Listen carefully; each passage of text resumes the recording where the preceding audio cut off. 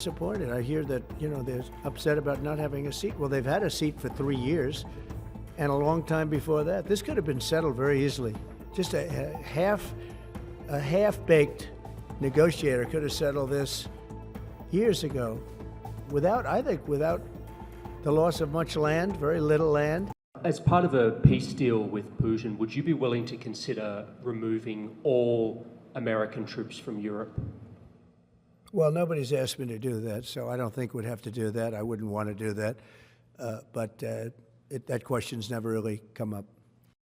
Sir, do you support stationing European peacekeeping troops in Ukraine as part of this peace deal? If they want to do that, that's great. I'm all for it. If they want to do that, I think that'd be fine. I mean, I know France has mentioned it. Others have mentioned it. UK has mentioned it, but. If we have a peace deal, I think having troops over there from the standpoint of Europe, we won't have to put any over there because, we're very far away. But having troops over there would be fine. I would not object to it at all. We're talking about this. And I'm very disappointed. I hear that, they're upset about not having a seat. Well, they've had a seat for 3 years and a long time before that. This could have been settled very easily. Just a half-baked negotiator could have settled this years ago without the loss of much land, very little land, without the loss of any lives, and without the loss of cities that are just laying on their side.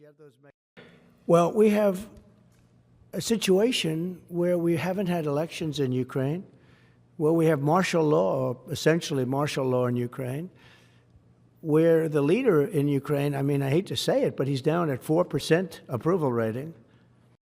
And yeah, I would say that, when they want a seat at the table, you could say the people wouldn't the people of Ukraine have to say, like, it's been a long time since we've had an election. That's not a Russia thing. That's something coming from me and coming from many other countries also. People are tired of it. People want to see something happen.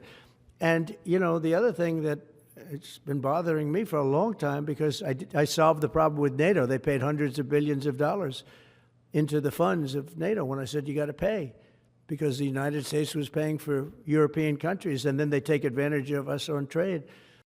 And we have to equalize with Europe because Europe has given a very much smaller percentage than that. I think Europe has given 100 billion and we've given, let's say, 300 plus.